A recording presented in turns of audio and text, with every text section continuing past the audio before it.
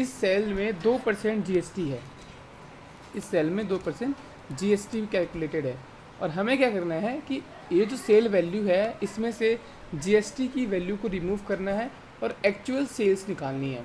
अब मुझे बताइए एक्चुअल सेल्स कैसे निकाल सकते हैं?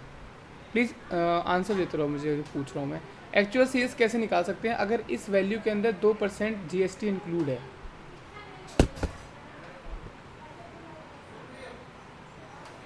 हाँ हाँ हाँ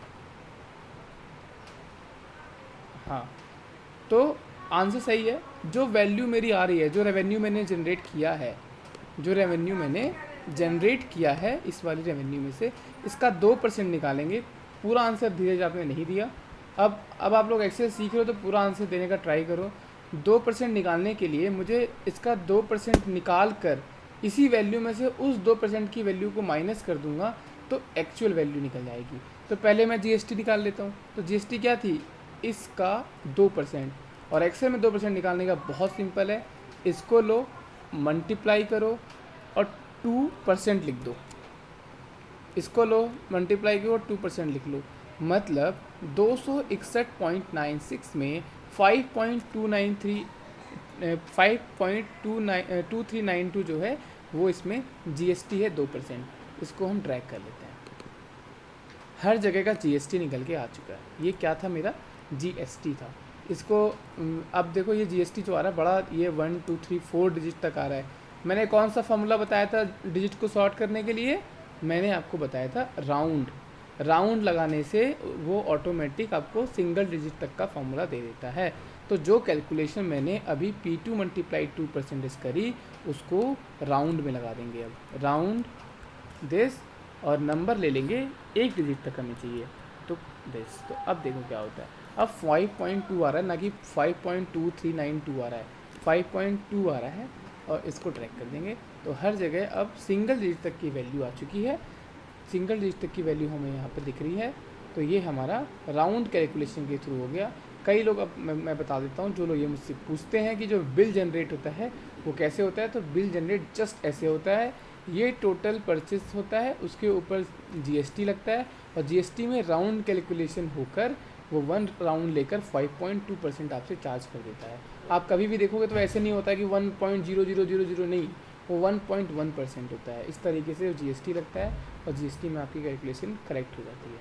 तो ये इतना जो अमाउंट था वो जीएसटी है। दोनों को हम पैसे में कन्वर्ट कर लेते हैं। रुपए में कन्वर्ट कैसे करते थे? करेंसी में जाते थे और रुपए के सिग्नल पे क्लिक कर देते थे। ये भी रुपए है और ये भी रुपए है, तो इन दोनों को रुपए बना दिया।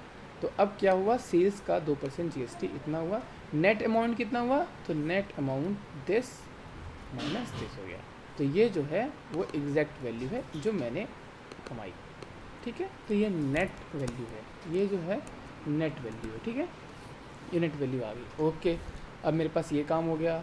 अब मुझे किसी ने, अभी हम देखो बहुत सही चीज़ चल रही है, याद रखना हम क्या कर रहे हैं, ये सब चीज़ें ही करनी ही है, ये सभी चीज़ करनी पड़ती है। ठीक है, नेट वैल्यू आ चुकी है। अब मुझसे और भी काम करना है। अब आप देखो यहाँ पे डिस्काउंट है, डिस्काउंट है 0.25%। डिस्काउंट है, परसेंट नहीं है, सॉरी पैसे में है कि मैंने इस अमाउंट पे इतना इतना इतना डिस्काउंट दे दिया।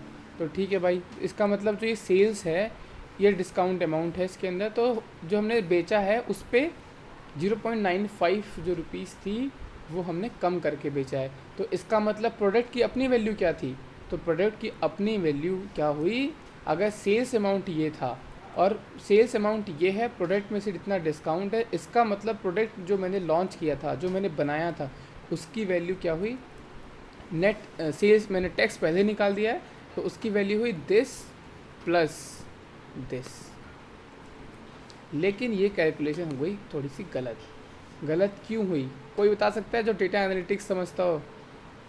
ये कैलकुलेशन क्या 256.76 अमाउंट नेट वैल्यू है मेरे लिए विथ डिस्काउंट?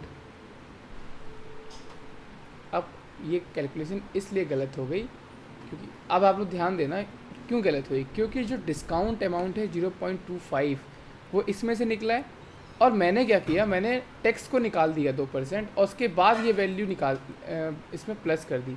गलती क्या करी मैंने? मेरे को जो डिस्काउंट अमाउंट है ना उसके अंदर से भी तो टैक्स निकालना पड़ेगा। अगर जो डिस्काउंट है इसके ऊपर भी तो टैक्स लगा पड़ा था। भाई टैक्स तो गवर्नमेंट, डिस्काउंट तो मेरा अपना होता है, गवर्नमेंट तो अपना टैक्स ले ही रही है ना मुझसे। तो मैंने गलती क्या करी, मुझे पहले इन दोनों को जोड़ना था, देन उसका 2% निकालना था, और तब उसकी नेट वैल्यू निकल जाती। यही सब समझना है। देखो यही काम ही है जो एक्सेल में और तो हम लोग डेटा एनालिस्ट में करते हैं। अब सारा काम हम लोग आज एनालाइज का कर रहे हैं। तो हमें क्या करना था, हमें पहले इन दोनों को जोड़ना था और उसके बाद से उसमें 2% का डिस्काउंट निकालना था, जीएसटी निकालना था। वो कैसे करना था, जो P2 की वैल्यू यहाँ पर है उस P2 की वैल्यू में डिस्काउंट अमाउंट को जोड़ दो। तो P2 प्लस दिस, और इसको एक ब्रैकेट में कर दो बंद। ठीक है, अब जो आ रहा है ये टोटल 2% जीएसटी है सेल्स प्लस डिस्काउंट अमाउंट का। अब सेल्स प्लस डिस्काउंट अमाउंट का जीएसटी है। अब मैं नेट वैल्यू निकाल सकता हूँ। अब मैं नेट वैल्यू कैसे निकालूंगा, नेट वैल्यू भी गलत निकाल रहा हूँ, P2 से माइनस कर रहा हूँ, ये भी गलत है। तो P2 plus discount amount, P2 plus discount amount, दोनों को मैं यहाँ पर ब्रैकेट में डाल देता हूँ। थोड़ा सा ब्रैकेट डालते ही माइनस कर देता हूँ। Right now this is the actual value of the product, जो मैंने प्रोडक्ट को सेल किया, और ये मेरी सबसे अच्छी मतलब वैल्यू थी। 2.56% मैंने सेल कर दिया, बहुत सही किया। अब इसके ऊपर प्रॉफिट भी लग रहा है, तो प्रॉफिट कैसे होगा, तो 41.926। ये देखो अब ये जो वैल्यू काफ़ी आगे तक आ रही है। ये देखो यहाँ पे थोड़ी स्ट्रक्चर वैल्यू थी 96 तक थी, यहाँ पर फिर प्रॉफिट में 41.9136 आ गई। कौन सा फॉर्मूला यूज़ होगा, राउंड यूज़ होगा। जब भी मैं प्रॉफिट कैलकुलेट करूँगा यहाँ इस वाले सेल के लिए राउंड यूज़ करूँगा, परफेक्ट राउंड यूज़ करूँगा। कैसे किया जाएगा, तो यहाँ पर मैं क्या बोलूँगा कि मुझे क्या करना है, इतना मैंने इतना बेचा, ये जो मैंने बेचा है 261 में, उसमें 41 रुपये प्रॉफिट कमाया है। इसका मतलब जो सेल 256 रुपये की मैंने की थी टैक्स निकालने के बाद, इसमें प्रॉफिट भी है, इसमें 41 रुपये प्रॉफिट है। इसका मतलब नेट वैल्यू अभी भी नहीं निकाल पाया मैं, क्योंकि इसके अंदर तो प्रॉफिट भी कैलकुलेट है। भाई प्रॉफिट भी तो उसके अंदर ही होगा ना, सेल इतना किया 261, उसमें से 5 रुपये मेरा जीएसटी कट गया, 256 रुपये बचा। 256 में 41 रुपये मेरा प्रॉफिट ही है, तो नेट वैल्यू अभी भी नहीं निकली है। तो नेट वैल्यू जो मैंने निकाली है यहाँ पर, इसके अंदर से प्रॉफिट भी माइनस करो। अब इसके अंदर से प्रॉफिट भी माइनस करो। प्रॉफिट कैसे माइनस होगा, जो टोटल वैल्यू निकाली है मैंने अभी तक टैक्स वगैरह कैलकुलेट करने के लिए, इन तीनों को जोड़ूंगा और माइनस कर दूंगा प्रॉफिट को। This is real value. अब क्योंकि इसके बाद कोई भी यहाँ पे कैलकुलेशन नहीं है, हमने ये तीनों कैलकुलेशन कर ली, क्वांटिटी कैलकुलेशन में नहीं होगा, तो तीनों कैलकुलेशन कर ली। अब ये नेट वैल्यू मेरी बन गई। तो नेट वैल्यू बनाने के लिए मैंने ये सारी चीज़ें यूज़ करी, उसके बाद नेट वैल्यू बन गई। एक चीज़ और देखते हैं कि हर सेल्स में कितने % प्रॉफिट होता है, कैसे निकलेगा। तो देखो मैंने यहाँ पे राउंड यूज़ नहीं किया, मुझे राउंड यूज़ करना चाहिए था। तो राउंड दिस कॉमा 1, अब सही है, ठीक है। अब मुझे निकालना है कि जो मैंने प्रॉफिट किया है वो कितने % मेरा टोटल सेल्स का है, तो वो भी निकाल लेते हैं। तो वो कैसे निकलता है, प्रॉफिट कैसे निकालूंगा मैं निकालूंगा profit divide by total sales, तो वो परसेंटेज में निकल जाएगा। तो उसके लिए राउंड यूज़ करते हैं पहले, round this divide by this comma 1 करते हैं। 0.2 इसको परसेंट में कैलकुलेट करते हैं, तो मतलब 20%, इसका 20% मैंने प्रॉफिट किया। अच्छा मैंने 20% प्रॉफिट कर लिया, बहुत है। यहाँ तो अब देखो ये 20% प्रॉफिट है, प्रॉफिट का परसेंटेज निकाल लिया हर एक प्रोडक्ट पे। अब इस डेटा पे काम कर रहे हैं, ठीक है। तो प्रॉफिट का परसेंटेज निकल गया, इसका मतलब मेरे को हर ऑर्डर पे कितना प्रॉफिट होता है वो मेरे पास आ चुका है। कहीं पे प्रॉफिट नहीं हुआ, कहीं पे लॉस हो रहा है। तो इफ़ अगर मैं क्या बोलूँ कि ये अगर एक इफ़ एल्स लगाऊँ और एक फ्लैग जनरेट कर रहा हूँ कि प्रॉफिट नेगेटिव है या पॉजिटिव है, ठीक है, तो वो कैसे होता है, इफ़ अगर ये वैल्यू 1% से मतलब 1% से कम है, 1% से कम है, देन ये वैल्यू n मतलब मैं लिख रहा हूँ n को डिनोट करता हूँ नेगेटिव से, अदरवाइज पॉजिटिव है p से। तो अब देखो ये वाली वैल्यू नेगेटिव है, यहाँ पे n आ गया, ये नेगेटिव है, ये नेगेटिव है, ये नेगेटिव है, जितनी भी नेगेटिव वैल्यूज़ हैं वो आ गई हैं। इसको 0 कर देता हूँ, क्योंकि 1% तो प्रॉफिट हो सकता है, तो 0 कर दे, 0 से लेस जो होगा वो नेगेटिव होगा, ठीक है। तो ये सारी वैल्यू नेगेटिव, परफेक्ट। तो ये मेरा एक फ्लैग बन गया P वर्सेस N का, पॉजिटिव वर्सेस नेगेटिव। ये भी काम कर लिया। और कुछ करना है इसमें। अब हमारे पास डेटा सेट रेडी है, डेटा सेट रेडी है। अब हमें क्या करना है कि पहले तो एक सर्च इंजन बनाने जा रहा हूँ छोटा सा, जिसमें मैं जब भी मैं ऑर्डर आईडी डालूँ, और अभी तक मैंने सिर्फ VLOOKUP यूज़ कर, ऑर्डर आईडी डालूँ वर्स, और उसके साथ साथ मैं उसका प्रोडक्ट का नेम डाल दूँ, ये प्रोडक्ट का नेम डाल दूँ, तो मेरे पास उसका टोटल प्रॉफिट कैलकुलेट होके आ जाना चाहिए। समझ गए।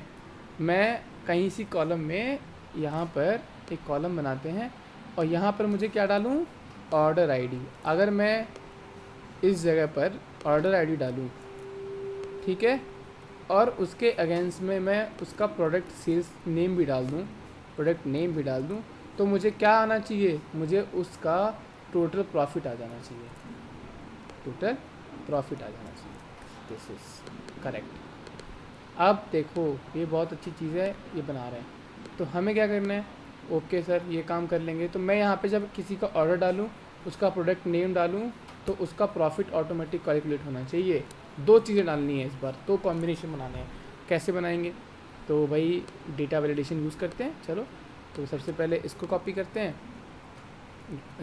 क्या था, ऑर्डर आईडी को कॉपी कर लेते हैं, और उसको कहीं लास्ट में ले जाके पेस्ट कर लेते हैं, ठीक है, यहाँ पेस्ट कर लिया। और एक क्या था, प्रोडक्ट नेम को पेस्ट कर लेते हैं, यहाँ पे कर लेते हैं। चलो जी, इन दोनों को अब एक काम और कर लेते हैं भाई। प्रोडक्ट नेम आ चुका, ये आ गया। तो भाई अब देखो यार, यहाँ पे ना एक, हाँ ठीक है, तो ठीक है, इसको प्रोडक्ट पे ये लेंगे, जब इस प्रोडक्ट पे ये लेंगे, ठीक है, इसको हम बंद कर देते हैं, इसको कॉपी करते हैं, और इसको पहले यहाँ से डेटा वैलिडेशन करना है, तो रिमूव डुप्लीकेट कर लेते हैं। तो कंटिन्यू विद एक्सपेरिमेंट करते हैं, और रिमूव डुप्लीकेट कर रहा हूँ बस। अब ये यूनिक हो गया। इसी तरीके से इसमें से भी रिमूव डुप्लीकेट कर लेते हैं करेंट सिलेक्शंस पे, तो दोनों का रिमूव डुप्लीकेट हो चुका है, ठीक है। रिमूव डुप्लीकेट क्यों किया, क्योंकि डेटा वैलिडेशन बनाना है।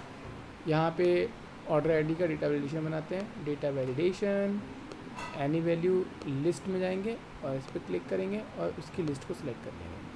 हमने कहाँ बनाया था, डेटा में बनाया था। तो पहला काम ये हो गया, पहला काम ये, एक लिस्ट हो गई यहाँ पे। अब ये नल क्यों आ रहा है, हाँ लिस्ट आ गई सब, ठीक है। ऐसे यहाँ पर एक बार डेटा वैलिडेशन बना लेते हैं। तो इसमें जाते हैं, लिस्ट में जाते हैं, इसमें जाते हैं, और डेटा में आते हैं, इसको सिलेक्ट, ये लिस्ट में दो चीज़ें आ गई भाई, ये आ गई। अब हमें क्या करना है, ये एक लिस्ट है वर्सेस यहाँ पे एक प्रोडक्ट है। हमने बहुत नीचे से सिलेक्ट कर लिया, इसलिए आ रहा है, तो प्रोडक्ट का नाम नीचे है, ये आएगा। तो अब हमें क्या करना है कि यार, ये जो नेम हमने लिया है, इसके अगेंस्ट में यहाँ पर प्रॉफिट कैलकुलेट करना है, ठीक है। तो यहाँ पर जब दो कंडीशन लगनी होती है, तो ऑफसेट के अंदर फॉर्मूला यूज़ होता है। ऑफसेट लगाएंगे, और उसके साथ मैच का फंक्शन लगाएंगे। ऑफसेट क्या करता है, ऑफसेट आपको रेफरेंसिंग देता है। ऑफसेट रेफरेंस मतलब किस कॉलम को लेना चाहते हो, तो ऑर्डर को लेना चाहता हूँ। रोज़ का मतलब है कौन सी रो लेना चाहते हो, रो बता दूंगा, और कौन सी कॉलम चाहिए बता दूंगा। रोज़ और कॉलम को फाइंड आउट करने के लिए मैंने आपको मैच बताया था कि ये डेटा अपने कॉलम में किस रो पर आता है, वो उससे मैच लगाते हैं। तो यहाँ एक मैच का फंक्शन यूज़ करते हैं, मतलब सबसे पहले यूज़ करते हैं ऑफसेट। ऑफसेट क्या चाहिए मुझे, ऑफसेट कहाँ से चाहिए मुझे, इस वाली फाइल में से जहाँ भी ऑर्डर आईडी था, ऑर्डर आईडी पे क्लिक कर दूँगा, बस ये फिक्स हो गया। फिर आते हैं यहाँ पर, अब मैच लगाएंगे यहाँ पे, कॉमा मैच। मुझे ये वाली वैल्यू सर्च करनी है, कहाँ पर करनी है, मुझे ये वैल्यू सर्च करनी है किसमें, ऑर्डर में, कॉमा 0 कर देंगे, ठीक है जी। एक और मैच लगाते हैं कॉलम फाइंड आउट करने के लिए। ये वाली वैल्यू कहाँ सर्च करनी है, प्रोडक्ट नेम में सर्च करनी है, तो प्रोडक्ट नेम में चल लेते हैं, प्रोडक्ट नेम, कॉमा 0, ठीक है। अभी देखना मैच अभी वो नहीं आएगा जो हम चाह रहे हैं, ठीक है। इसको बंद कर देते हैं, यहाँ पे कुछ प्रॉब्लम कर दी हमने, तो मैच ऑफसेट लगाया, यहाँ पे एक्स्ट्रा आ जाएगा। अब देखो ये क्या आया, ये आया उसकी जो डेट है वो आ चुकी है। यहाँ पर मेरे पास डेटा सेट में से फर्स्ट डेट आ चुकी है ऑर्डर आईडी की। क्यों आई है? क्योंकि मैंने जो कॉलम सिलेक्शंस के थ्रू दिया, इन दोनों पे मैप करा के पहली एंट्री को पास करा दिया।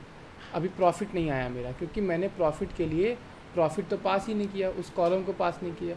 तो मैं एक काम कर लेता हूँ, जब दो चीज़ों का कॉम्बिनेशन बन ही गया है तो क्यों ना मैं इन दोनों को कॉन्केट करके वी लुकअप लगा दूँ, इन दोनों को कॉन्केट करके वी लुकअप लगा दूँ। ऑफसेट मैंने बता दिया, ऑफसेट क्या करता है, उसने पहली वैल्यू पास करना शुरू कर दी। लेकिन अगर मेरा ऑफसेट इस कंडीशन में काम नहीं कर रहा है तो मैं वी लुकअप भी लगा सकता हूँ। वी लुकअप कैसे लगेगा वो भी ध्यान देना पड़ेगा। इन दोनों कंडीशन पे वी लुकअप लग रहा है, तो मेरे को सिंपल करना है, पहले इनको कॉन्केट कर लेना है। ठीक है, तो मैंने कॉन्केट कर लिया, दिस कॉमा दिस। अब ये यूनिक बन गया। डेटा में गया और यहाँ भी मैंने कॉन्केट किया। किस किस को कॉन्केट किया? यहाँ भी मैंने सेम चीज़ कॉन्केट कर ली, ऑर्डर आईडी और प्रोडक्ट नेम को। अब ये वैल्यू वहाँ भी है, ये वैल्यू यहाँ भी है, बस। लेकिन अब देखो, ये अब तो उल्टा हो गया ना। अब तो यहाँ वी लुकअप काम नहीं करेगा, क्योंकि ये तो इसके इस साइड में आ गया। वी लुकअप तो हमेशा राइट साइड चलता है। तो इंडेक्स मैच लगा लेते हैं, हमें तो दोनों चीज़ें आती हैं।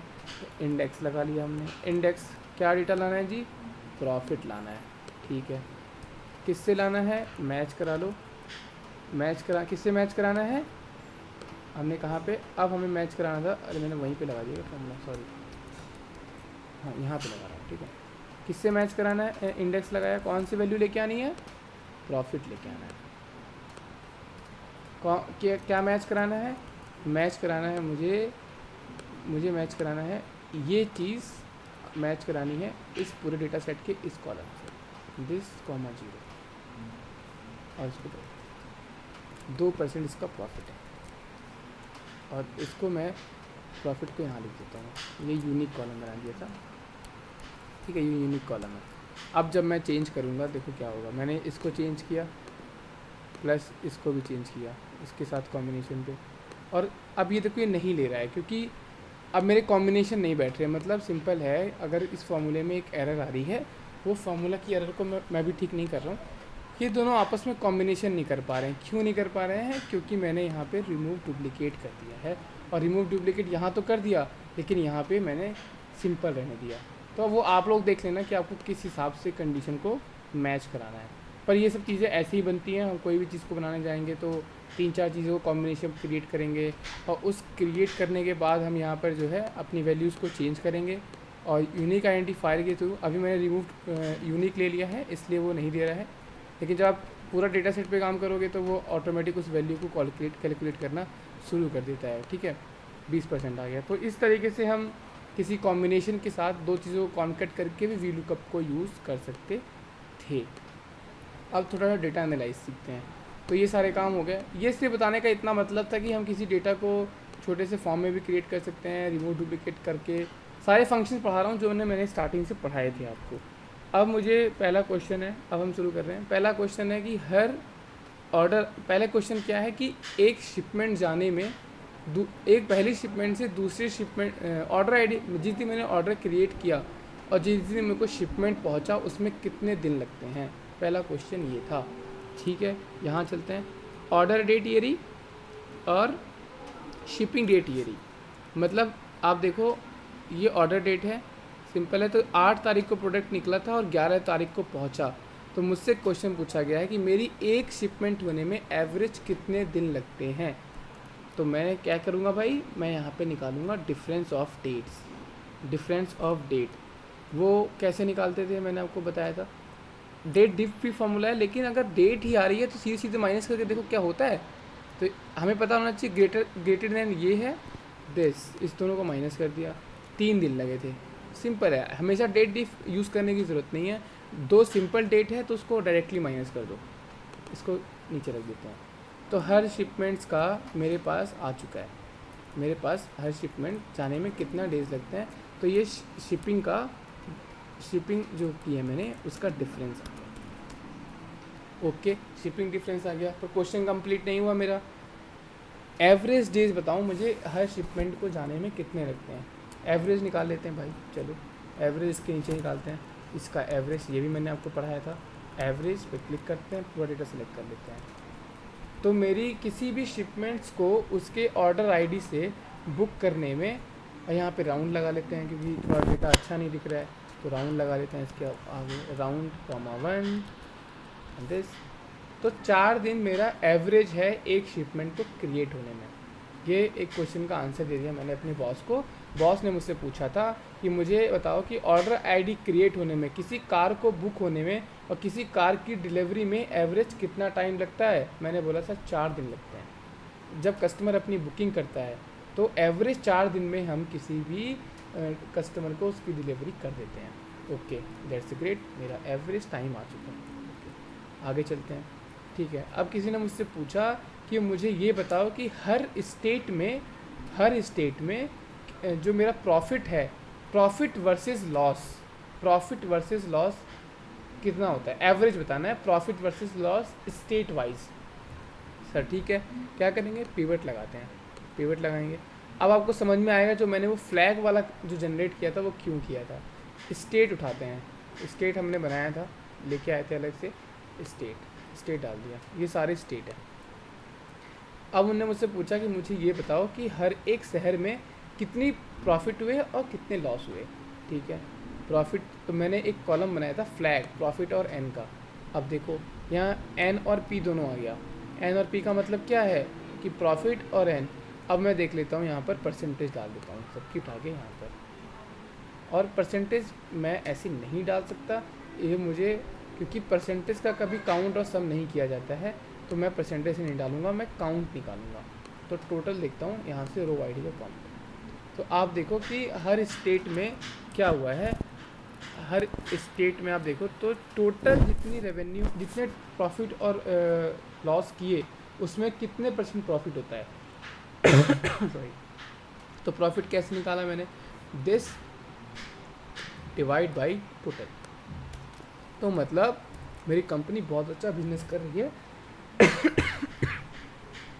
मेरी कंपनी अच्छा बिजनेस कर रही है, 83% मेरा प्रॉफिट है, और 100 में से इसको माइनस कर देंगे, 101 में से माइनस कर देंगे क्योंकि परसेंटेज में, तो ये 17% लॉस है और 83% प्रॉफिट है। इसका मतलब मेरी कंपनी का परफॉर्मेंस बहुत अच्छा है। हम लोग प्रॉफिट 83% करते हैं और लॉस मात्र 17% करते हैं। That's very good number. किसी भी कंपनी के लिए नंबर तो वैसे बहुत अच्छा हो जाएगा। तो इसी तरीके से मैंने बता दिया सर, कंपनी में लॉस और प्रॉफिट जो है वो 83% प्रॉफिट है और 17% नेगेटिव है। उसने कहा ठीक है, ये तो हो गया, ये परसेंटेज की बात हो गई। बस विवेक मुझे ये बताओ कि यार प्रॉफिट हुआ कितना है, हर स्टेट में प्रॉफिट कितना हुआ ये बताओ, और लॉस कितना मुझे ये भी बता दो। ओके सर, प्रॉफिट और लॉस दोनों बता देते हैं। प्रॉफिट लॉस P&L बोलते हैं अकाउंटिंग में, वो कैसे कैलकुलेट करेंगे, यहाँ पे जो पिवट टेबल लगाई थी उसी में चलते हैं। अब मुझे बस क्या करना है कि जो भी मैंने पैसे कमाए हैं उसके सामने उठा के पहले तो मैं यहाँ पर हर स्टेट का प्रॉफिट डाल देता हूँ। प्रॉफिट मैंने कहाँ निकाला था, प्रॉफिट ये निकाला था मैंने। अब देखो हर स्टेट का जो प्रॉफिट है वो कॉलम में नहीं डाल सकता, इसके सामने रखता हूँ। और यहाँ पे थोड़ा सा एक ऑप्शन देखो, अभी ये थोड़ा अनस्ट्रक्चर सा लग रहा है, तो इसको कैसे निकालेंगे, तो या तो इसको सम कर लेंगे तो टोटल प्रॉफिट आ जाएगा। क्या सम करना ठीक है, कोई आंसर देगा मुझे आप लोगों में से, क्या इसको मैं सम कर सकता हूँ। अब देखो सम करने पे कभी 577% नहीं हो सकता, 577% नहीं होता ना, परसेंटेज तो 100 तक की ही होती है। तो इसका मतलब मैं सम नहीं कर सकता, एवरेज प्रॉफिट निकाल सकता हूँ। एवरेज प्रॉफिट कैसे निकलेगा, एवरेज पे क्लिक करते हैं यहाँ से, अब सही आ रहा है। अब मुझे मालूम चल गया कि कौन सा मेरा शहर जो है वो प्रॉफिट में है और कौन सा मेरा शहर जो है वो निगेटिव में है। अब ये समझाने के लिए मैं यहाँ पर सिंपल सा एक ग्राफ क्रिएट करूँगा, बार ग्राफ, और बार ग्राफ से मैं हर कंपनी का प्रॉफिट समझा दूँगा। अभी देखो कितना सुंदर सा समझ में आएगा हमें कौन सा शहर प्रॉफिट में है, कौन सा शहर निगेटिव में है। तो इसका मतलब क्या है कि ये जो शहर जो मेरे जीरो से नीचे आते हैं, ये जो जीरो से नीचे आ रहे हैं, इन शहर में जो मेरा 17% था ना, 17% जो 17% लॉस हो रहा था वो इन शहरों की वजह से हो रहा है। 2 चीज़ें ड्रॉ कर ली मैंने पहले फ्लैग से ये निकाला कि कौन से स्टेट हैं वो मेरे माइनस में चलते हैं, मतलब उनसे लॉस हो रहा है, तो मुझे मालूम चला 17% लोग हैं जो गलत हैं। वो 70% कहाँ से आते हैं जहाँ से लॉस हो रहा है? वो यहाँ से आते हैं, ये शहर से, इस शहर से, इस शहर से 17% लोग मेरे आ रहे हैं जो कि सही रेवेन्यू नहीं दे रहे हैं। कौन से टॉप रेवेन्यू हुए? टॉप रेवेन्यू यहाँ पर है, ये देखो, ये टॉप रेवेन्यू है। यहाँ पे एक ट्रेंड लाइन का ऑप्शन आता है, अगर आप देखोगे तो यहाँ पे ट्रेंड आ रहा है, इस पर क्लिक करते हैं, ये आपको बोलता है ट्रेंडिंग, ट्रेंड लाइन डालते हैं। अब देखो, ट्रेंड लाइन का मीन है कि ये मेरी कंपनी की परफॉर्मेंस को बता रहा है हर स्टेट में। ये जो लाइन है वो बता रही है कि हर स्टेट में जो ट्रेंडिंग है वो कैसे है। तो आप देखो, इस स्टेट की ट्रेंडिंग बहुत अच्छी है, इस स्टेट की ट्रेंडिंग अच्छी नहीं है, तो वो ट्रेंड दिखा रहा है किस लीनियर ट्रेंड है। वैसे यहाँ पे ट्रेंड को यूज़ नहीं करना चाहिए था, बट फिर भी मैं आपको बता रहा हूँ कि ये सब चीज़ें यहाँ पर होती हैं।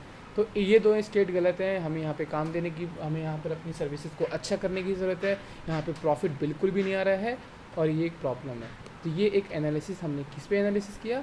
हमने किसी भी कंपनी के प्रोडक्ट का वो निकाला कि कंपनी के प्रोडक्ट में कहाँ प्रॉफिट होता है, कहाँ लॉस होता है। This is the profit and loss calculation for every state. That's great, ये भी जो सॉल्व हो गया। और सॉल्व करते हैं, तो उन्होंने एक क्वेश्चन मैंने आपको और बताया था यहाँ पर कि हम ये देखना चाहते हैं कि क्वांटिटी है और सेल्स है।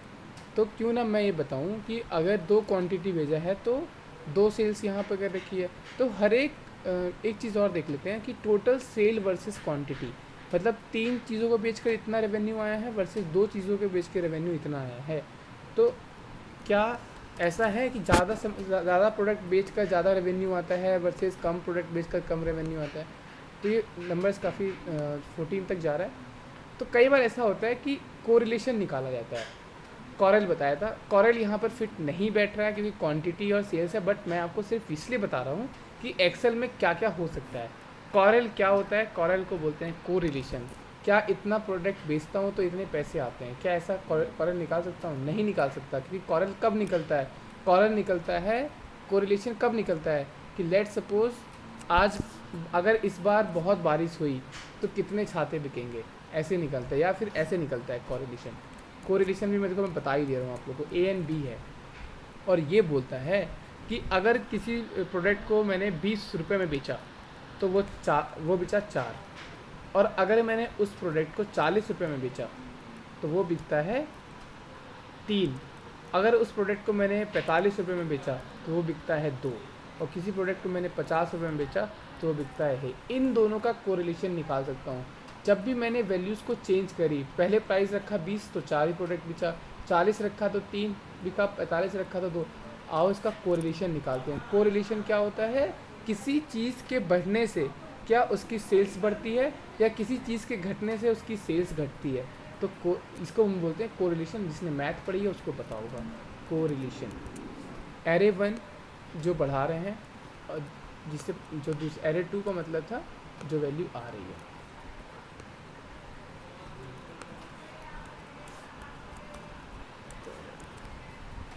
दिस कॉमा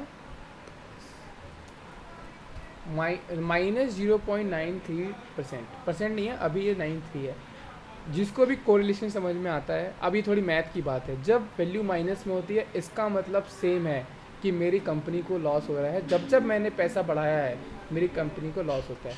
मेट्रो में ये काम होता होगा। कोरिलेशन कहाँ यूज होता है? मेट्रो जैसी जगह पे।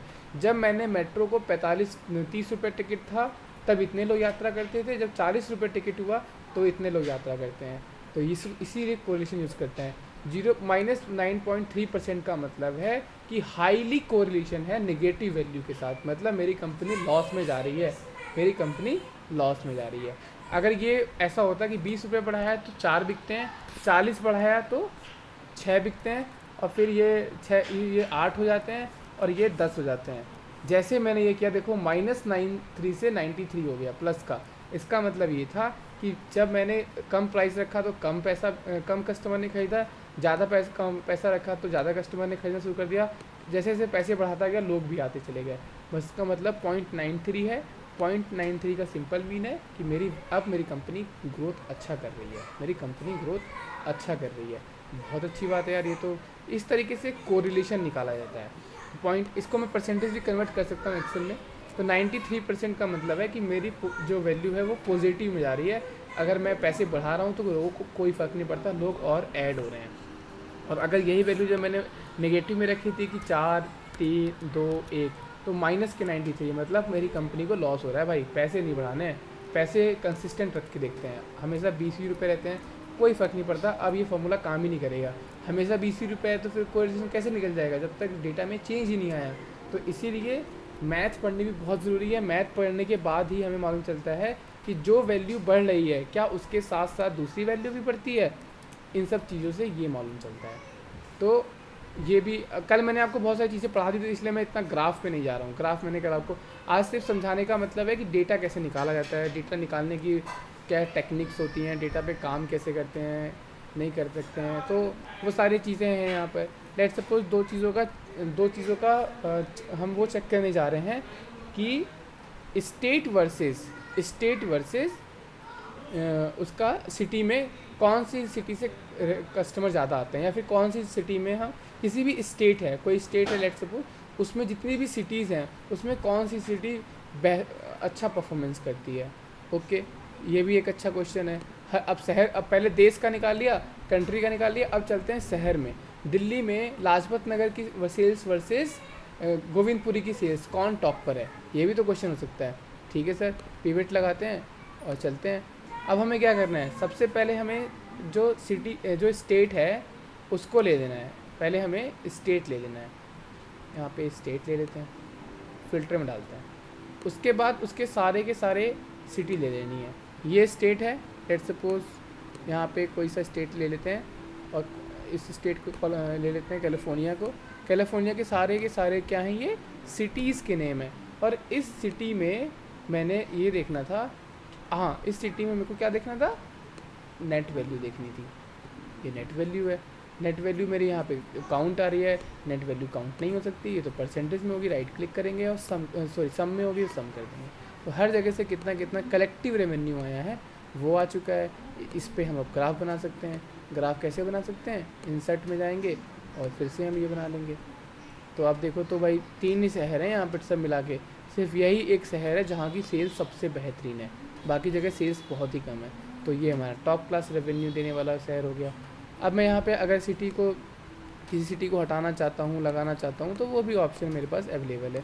सिर्फ 2 सिटी का कंपेयर देखना चाहता हूँ, 2 सिटी में रेवेन्यू नहीं आया तो फिर कंपेयर किस बात की होगी। तो इस तरीके की भी कैलकुलेशन मैं कर सकता हूँ। एक चीज़ मैंने आपको निकाल के दिखाई थी यहाँ पर, जीएसटी कैलकुलेशन। अब ये क्या है, ये तो बड़ी चीज़ थी यार। इसका मतलब 2% जीएसटी इस सेल्स के ऊपर है। तो मैं ये भी जान सकता हूँ कि जो ये मैंने जीएसटी पे किया है इस पर, वो किस शहर का जीएसटी किस शहर से जीएसटी गवर्नमेंट ने किस शहर से जीएसटी ज़्यादा कलेक्ट किया है।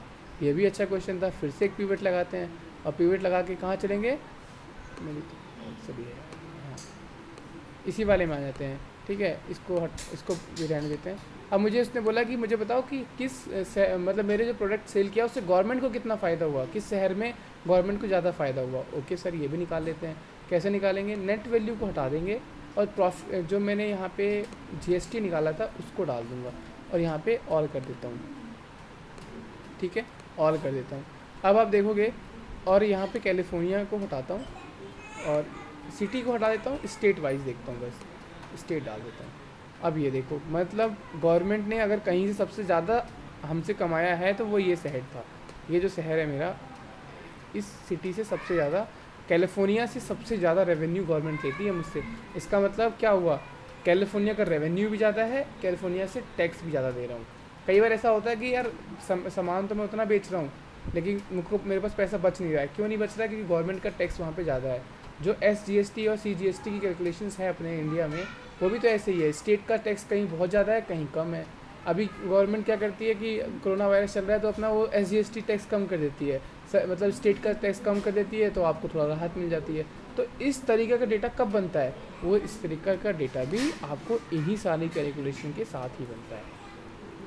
ठीक है, तो सिंपल था, डेटा बनाया, डेटा में फॉर्मूले लगाए, डेटा को एनालाइज किया, प्रॉफिट निकाला, नेट वैल्यू निकाला, जीएसटी कैलकुलेट किया, इफेस लगाया, समीफ लगाया, इंडेक्स मैच लगाया, और ग्राफ बनाना मैंने कल आपको सिखाई दिया था। तो ये ग्राफिंग के थ्रू हमने समझ लिया कि डेटा को कैसे एनालाइज करना है। किसी को कोई क्वेश्चन है तो अब मुझसे पूछो।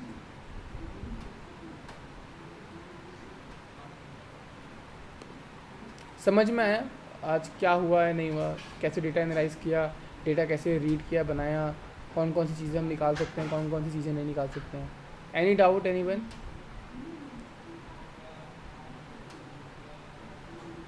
हेलो हेलो, आवाज़ आ रही है मेरी आप लोग को?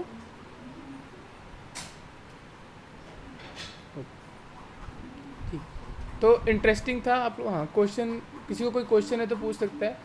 तो आप लोग को जो आज का सेशन था उससे ये समझ में आया कि जो आप डेली काम करते हैं उसमें कितना पॉइंट्स ऑफ व्यू हो सकते हैं आपके अपने। किसी ने डेटा भेज दिया तो हम उस पर कितना काम कर सकते हैं, ठीक है।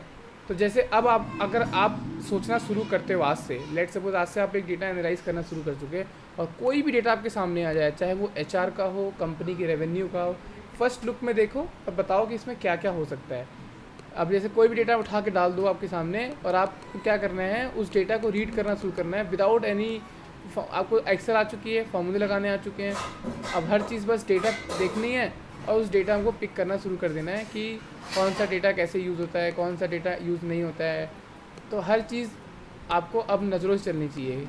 जैसे डेटा खुला आपके सामने, अच्छा जैसे ये डेटा आया था हमारे पास तो यहीं तक था ना डेटा, हमने सब कुछ तो खुद से बनाया, सब कुछ अपने आप से बनाया, फिर कैलकुलेशन शुरू करी, अच्छा भाई ये हो सकता है, अच्छा ये हो सकता है, चलो एक चीज़ और पूछ लेता हूँ, या जो सामान बेचते हैं उसमें से कैटेगरी क्या होती है, फर्नीचर वर्सेस होम सप्लाईज़ कितने होते हैं, सर ने ये पूछा है, ठीक है ये मैं ये भी निकाल के दे देता हूँ। मैं फिर से एक यहाँ पर जाऊँगा और इस पर क्लिक करूँगा, पिवट एक ही लगानी है, ज़्यादा पिवट लगाने की ज़रूरत ही नहीं है। फर्नीचर को उठा के मैंने डाल दिया यहाँ पर। फर्नीचर मेरा कौन सी कॉलम में था, फर्नीचर मेरा किसी एक कॉलम में था, वो था आई थिंक सब कैटेगरी को उठा के यहाँ डाल दिया। अब देखो ये कितना अच्छा ग्राफ बन गया है। तो भैया इसको शॉर्ट भी कर लेते हैं, तो इसको शॉर्ट कर लेते हैं। चलो अब हमें इतना मालूम था ना स्टार्टिंग में कि 83% मेरा प्रॉफिट होता है, वो प्रॉफिट किस सामान से होता है ये भी निकाल लेते हैं। तो इसको हटाते हैं और यहाँ पे डालते हैं प्रॉफिट को। अब देखो कितना बेहतरीन चीज़ आएगी ये करके, और इसको यहाँ से हम शॉर्ट कर लेते हैं ताकि ग्राफ थोड़ा अच्छा दिखना चाहिए। अब ये देखो, अब आ गई प्रॉफिट। तो सबसे ज़्यादा भाई मैं ये सामान बेचता हूँ, उसके बाद पेपर बेचता हूँ, तो सबसे ज़्यादा प्रॉफिट मेरा इससे आ गया, ठीक है। लेकिन क्या मैंने प्रॉफिट निकाल लिया, वर्सेस सेल्स भी निकाल लेते हैं, प्रॉफिट वर्सेस सेल्स, कितना बेचा और कितना प्रॉफिट आया, ठीक है जी। सेल्स डाल देते हैं यहाँ पे, सेल्स कहाँ थी, नेट वैल्यू डाल देते हैं, चलो नहीं सेल्स ही डालते हैं क्योंकि सेल्स डालने से प्रॉफिट समझ में आएगा। तो यहाँ पे प्रॉफिट डाल दिया। अब ये देखो कितनी बेहतर, तो भाई जहाँ पे जितना ज़्यादा बेच रहा हूँ उतना ज़्यादा ही सेल्स भी कर रहा हूँ। सॉरी मैंने गलत कॉलम ले लिया, आई थिंक ये काउंट नहीं क्यों आ रहा है, इस समय आना चाहिए। तो प्रॉफिट को भी मैं टोटल सेल्स को टोटल सेल्स मेरी सब में आनी चाहिए, ठीक है। तो अब देखो ये जो है यहाँ पर इसको मैं अब क्या है आपको समझ में नहीं आ रहा है क्योंकि दो अलग अलग चीज़ें कर दी मैंने दो अलग अलग चीज़ें कर दी। पर एक जगह मैंने परसेंटेज ले रखी है और एक जगह मैंने काउंट कर लिया है। तो ये चीज़ें भी थोड़ी ध्यान रखनी पड़ेगी कि ये तो डेटा बिल्कुल छुप ही गया है, जो नीचे वाला था वो आपको समझ में नहीं आ रहा है। देख लेना थोड़ी अपने आप से चीज़ें, इसको सेकेंडरी एक्सेस बोलते हैं। जब मैं इसको सेकेंडरी एक्सेस पे डालूंगा तो ये सही हो जाएगा। वो कैसे डालते हैं वो भी बता ही देता हूँ। चलो टाइम हो गया है वैसे, इसलिए मैं ज़्यादा कुछ बता नहीं पा रहा हूँ। तो जब आप राइट क्लिक करते हैं ना यहाँ पे, तो आपको बहुत सारे ऑप्शंस मिलते हैं पिवट में। सॉरी ये पिवट भी बनाया हुआ है मैं इसको, और इसको थोड़ा कॉपी करते हैं और यहाँ पेस्ट करते हैं और पेस्ट के स्पेशल कर देते हैं वैल्यू के साथ, और इंसर्ट में जाते हैं और यहाँ पे क्रिएट करते हैं इस तरीके से। अब मैंने फार्मूला क्रिएट किया है और इस पर क्लिक करेंगे, बहुत छोटी सी वैल्यू इसको दिख नहीं रही आप लोगों को।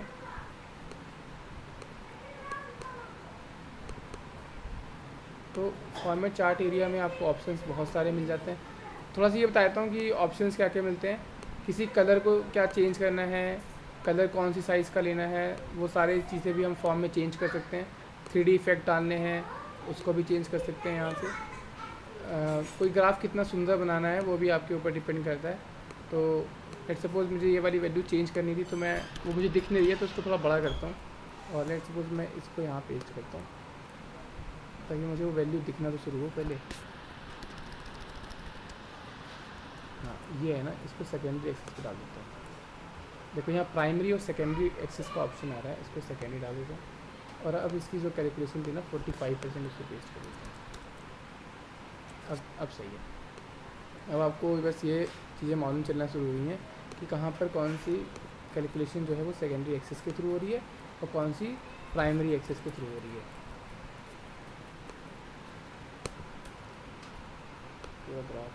ठीक है, आप लोग थोड़ा बना के देख लेना, मेरा टाइम थोड़ा अप हो रहा है तो मैं ज़्यादा कुछ करके आपको इस टाइम दिखा नहीं सकता हूँ।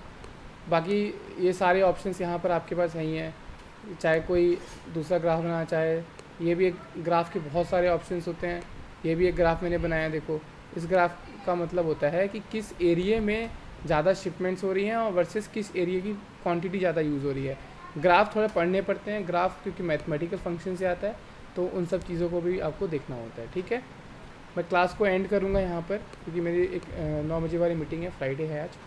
कोई किसी को क्वेश्चन है कि समझ में नहीं आया हो आपने क्या बताया इस टाइप से?